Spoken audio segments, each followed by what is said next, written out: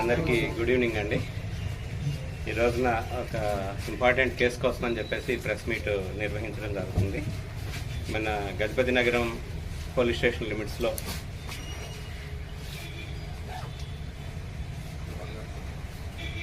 బంగారమ్మపేట విలేజ్లో 16వ తేదీ నైట్ అండి మాకు ఒక డైల్ 100 కాల్ ఒకటి వచ్చింది.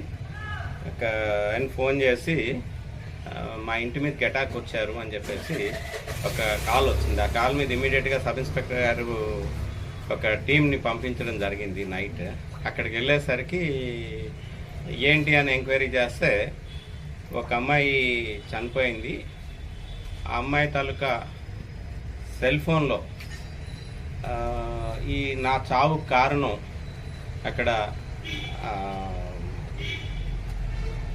గోవింద్ కొడుకు ప్రసాద్ అని చెప్పి ఆయన నన్ను హెరాస్ చేస్తున్నాడు, నన్ను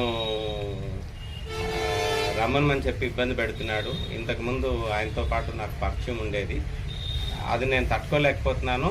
నా భర్తకి ఈ విషయం తెలిస్తే నా పరువు పోతుందన్న ఉద్దేశంతో నేను సూసైడ్ చేసుకుంటున్నాను అని చెప్పేసి ఆ అమ్మాయి సెల్ నుంచి ఆ తండ్రికి, అమ్మాయి తాలూకా తండ్రికి, తర్వాత అన్నయ్యకి, ఆ స్నేహితురాలకి, ఆమె భర్తకి కూడా మెసేజ్లు వెళ్ళాయి. అమ్మాయి పేరు తనూజ అండి, అనూష ఎలియాస్ తనూజ, తాడుకూరి అమ్మాయి. మ్యారేజ్ అయిన అమ్మాయి. మ్యారేజ్ అయ్యి 3 months అయింది అమ్మాయికి. రిజిస్టర్ మ్యారేజ్ చేసుకున్నారు వాళ్ళు.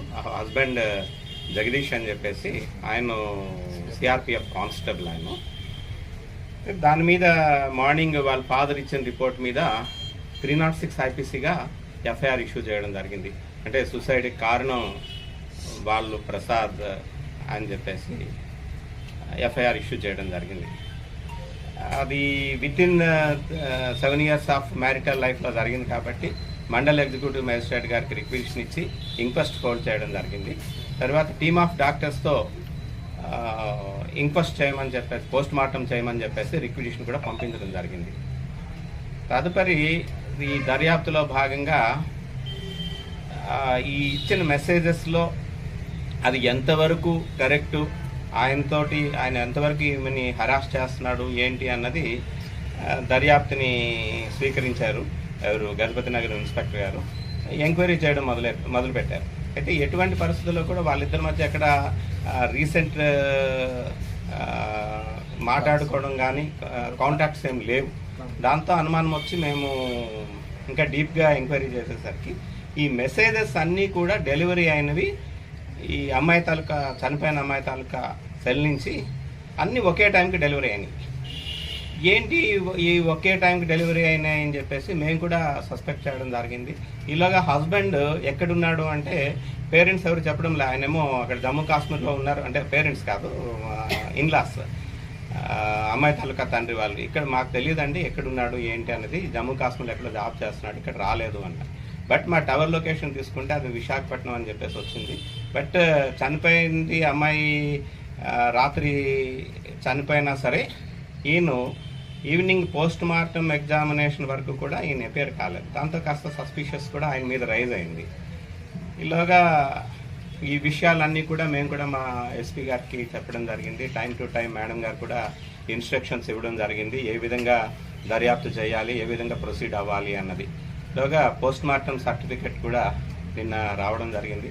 పోస్ట్ మార్టం సర్టిఫికెట్లో అది మర్డర్ అని చెప్పి, స్ట్రాంగులేషన్ అని చెప్పి డాక్టర్ గారు ప్రిలిమినరీ సర్టిఫికెట్ ఇచ్చారు. ఇచ్చిన దాంతో దాన్నేమో మర్డర్గా ఆల్టర్ చేయడం జరిగింది.